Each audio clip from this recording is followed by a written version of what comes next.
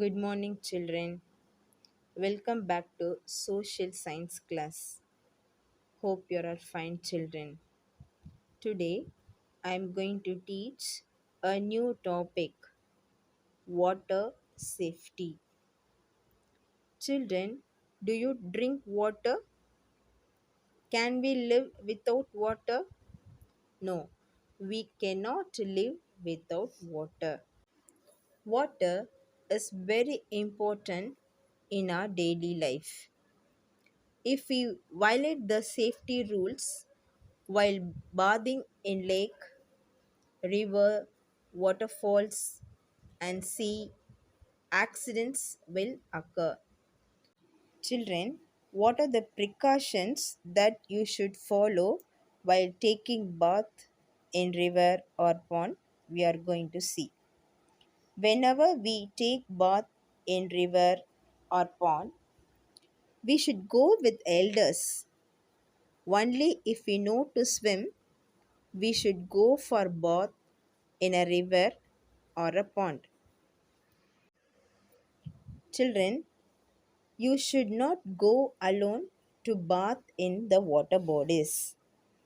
You should not step into the stagnant pond.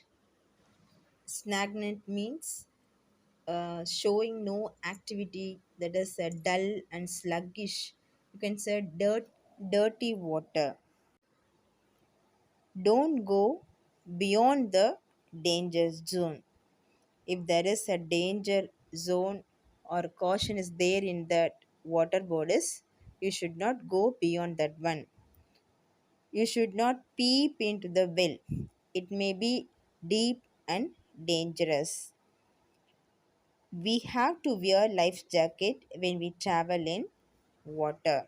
So these are the precautions you have to follow while you are taking bath in the river or pond.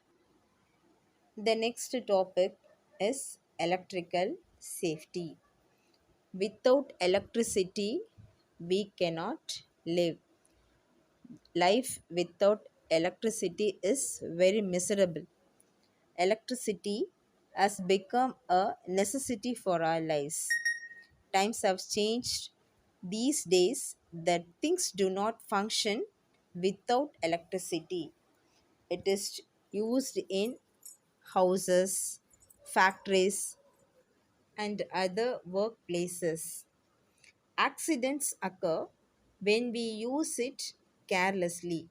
So, when you use the electricity, we should be very careful. Now, we are going to see the precautions for the electrical safety.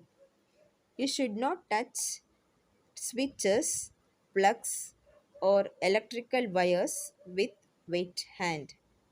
Do not touch the iron box and other electrical appliances when they are switched on.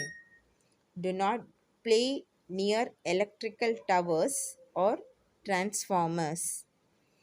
Do not climb on electrical post.